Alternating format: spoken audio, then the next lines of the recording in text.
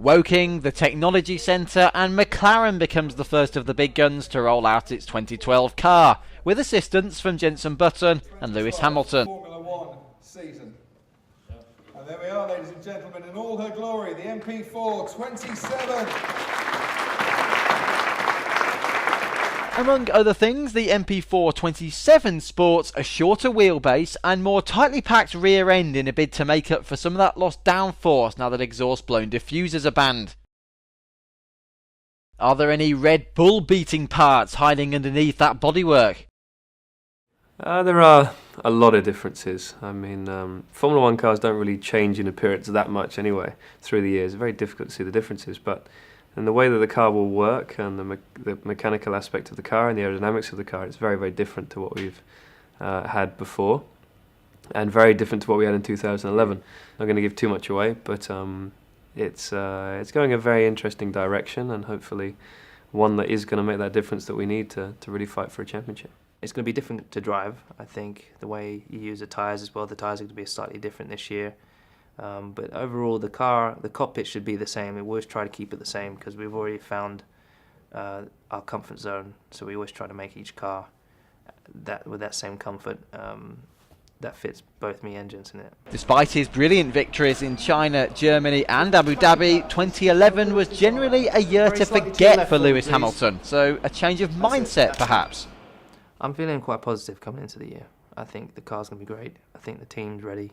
And I feel ready, so there's no reason why we can't win this year.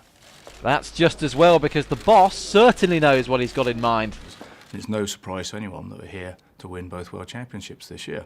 That's what you expect from us. We've set tough targets, and now as we can close in on the first race, we think we're going to meet those targets. Now, whether they're the right targets, whether we'll be good enough, we don't know, in truth, but we think we've done a good job this winter. Depends on what our competitors do. We've got some formidable competitors, but we're very much focused on winning the championship this year. Thank you. But with all this PR-friendly stuff aside, Jenson knows exactly where the serious business begins. The first time you drive into the paddock in your road car, get out, you see all the trucks lined up. It's a very special feeling for a racing driver, but I'm sure everyone within Formula One, but especially the driver.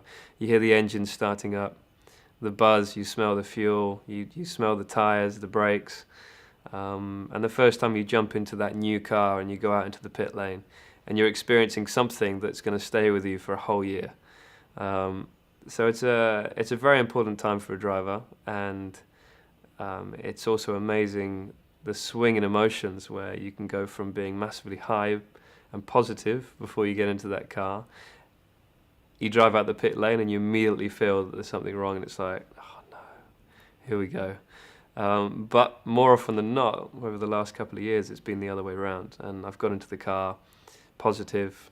I've done a lap and it's been like, yes, thank you, something we can work with and something that we can improve, and something we can help fight for a world championship with, so we can help mould into a world championship contender. So exciting times, and Jerez the best place to do that, I think. And the action begins in Jerez next week. Oliver Turvey shaking down the car before Jenson completes the first 2 days, and then Lewis steps in for Thursday and Friday.